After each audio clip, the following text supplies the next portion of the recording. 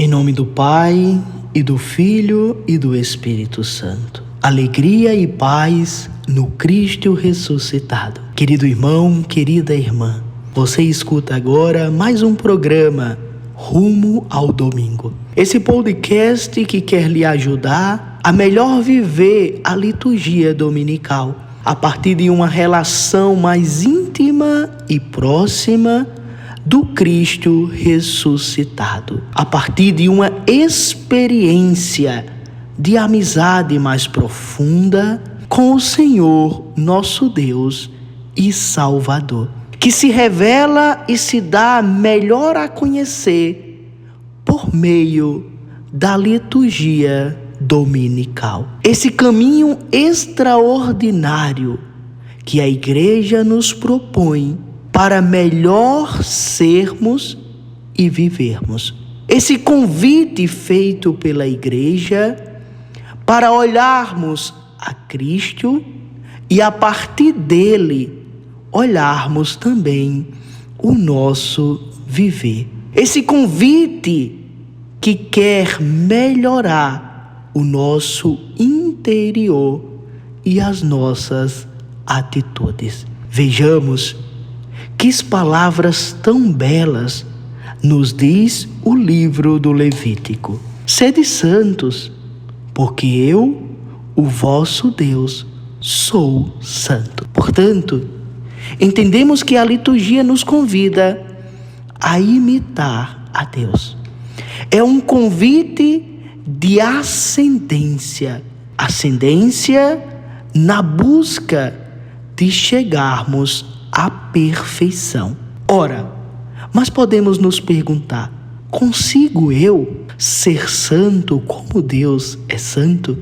E na sua sabedoria, a liturgia começa exatamente com um pedido, com uma oração, que assim diz: concedei, ó Deus Todo-Poderoso, que procurando conhecer sempre o que é reto, realizemos vossa vontade em nossas palavras e ações.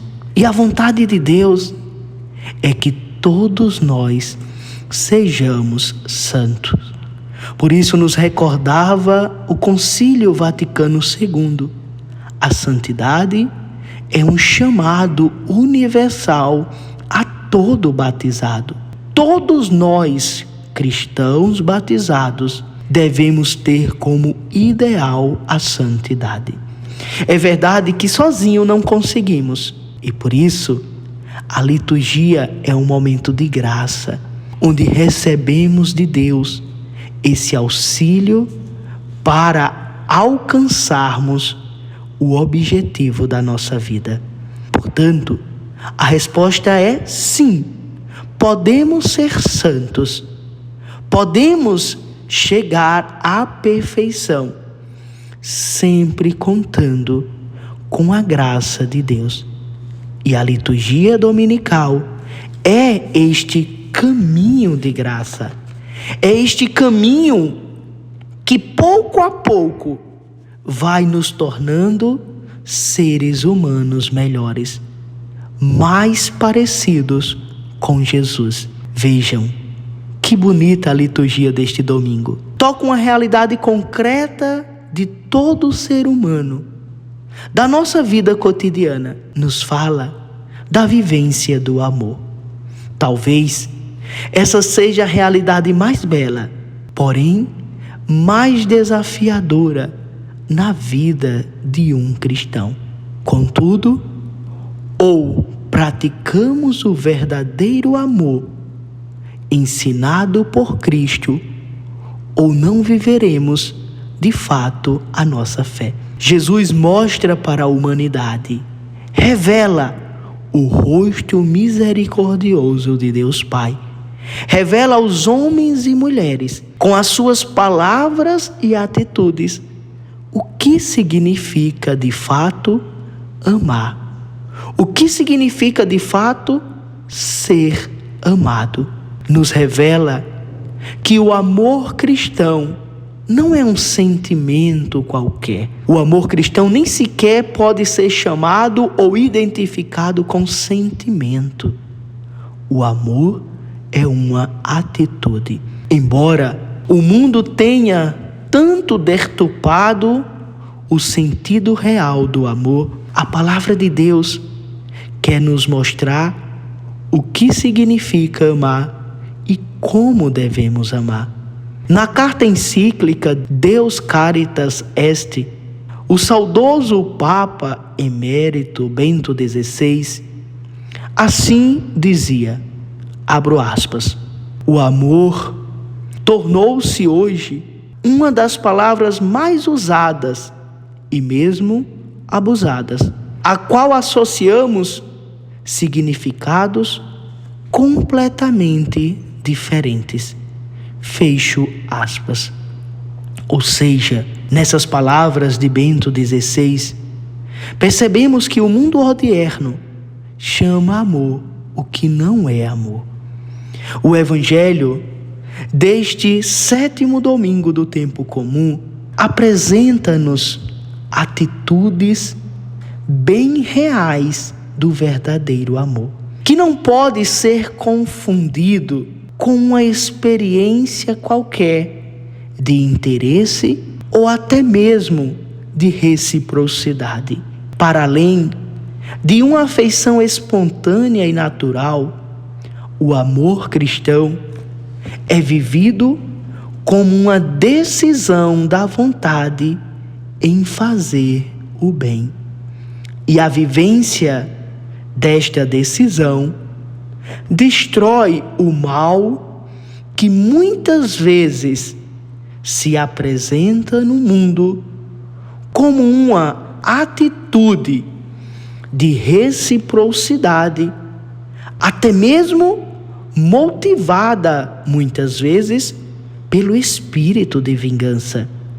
Como diz a lei de Talião, olho por olho, dente por dente. Talião é uma palavra que vem da palavra latina talis, que significa tal, igualmente.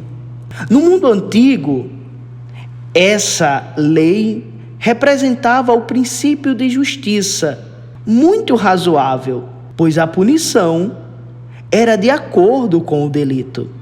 Porém, a grande questão é que a motivação dessa lei se dava por um desejo de vingança, ou seja, se aplicava à dinâmica da causa e do efeito.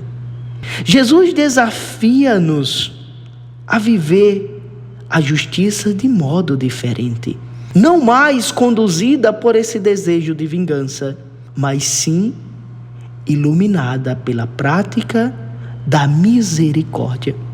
Pois é esse o agir de Deus Pai, que faz nascer o sol sobre maus e bons, e faz cair a chuva sobre justos e injustos.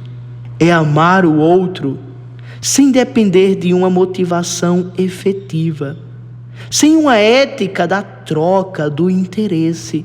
Não é porque o outro me trata bem que eu amo, mas simplesmente por uma decisão efetiva de quem faz a escolha de praticar sempre o bem.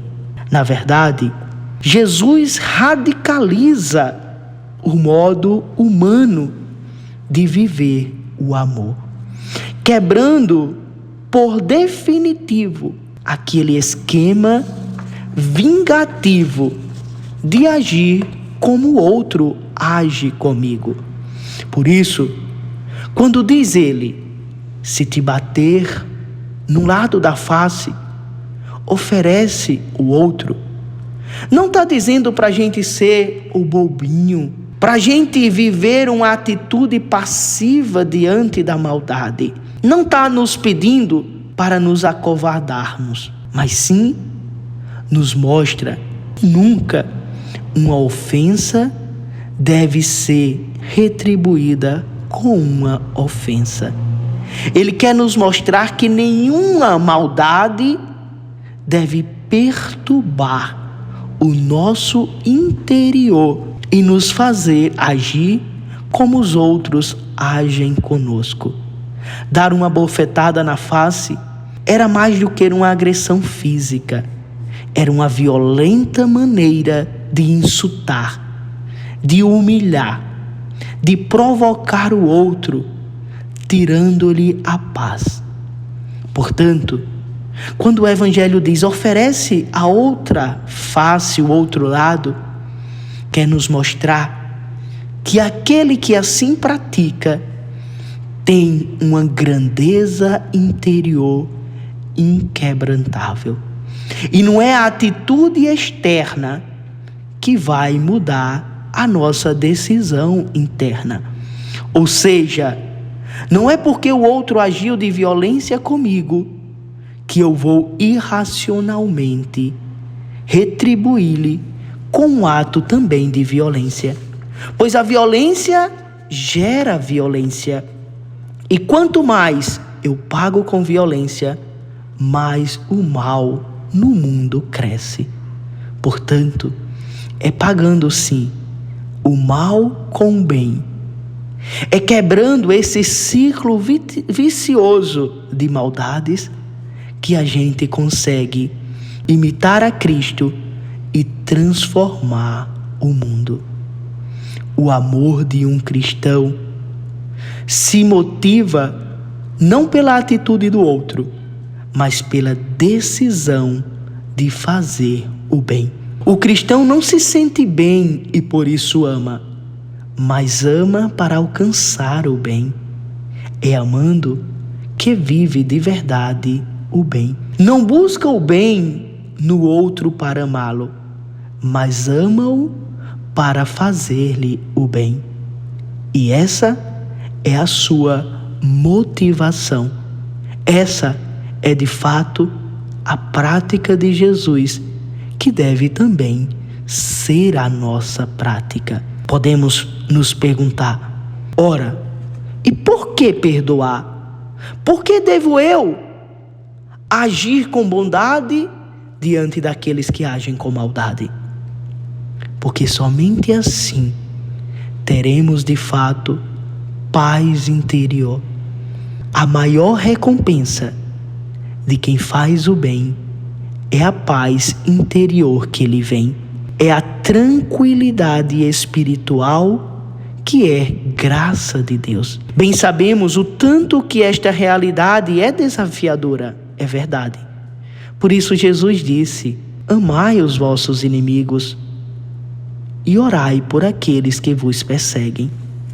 Porque já sabia Jesus que humanamente sozinhos não seríamos possíveis. Perdoar é muito mais do que um ato humano. É uma graça divina. Quando perdoamos, é Cristo agindo em nós. É o coração de Deus atuando no nosso. É Deus mesmo amando por meio de cada um de nós. Não tem outro caminho para ser cristão senão esta prática sincera e verdadeira do amor. E é isso que Jesus quer nos ensinar. E Ele nos mostra que é possível, sobretudo quando contamos com a sua graça, numa vida persistente de oração, que nos faz enxergar a presença de Deus em cada irmão, que nos faz ver cada pessoa humana como um templo onde habita o Espírito Santo. E por isso, cada ser humano é sim um ser sagrado. Cada ser humano carrega dentro de si a presença do divino, a presença de Deus. Que Maria, nossa mãe, nos ajude com a sua intercessão a vivermos mais o amor e transformarmos o mundo naquilo que de fato deve ser um reino de irmãos, um reino de amor. Glória ao Pai, e ao Filho e ao Espírito Santo, como era no princípio, agora e sempre. Amém. Quero lhe convidar, como atitude prática para esta semana, chegar um pouco antes na missa, e rezar diante do Santíssimo, pedindo insistentemente a Deus o maior dos dons, o amor. Se você gostou deste podcast, envie a um amigo, envie a alguém que você sabe que vai se tornar melhor com a vivência da liturgia dominical.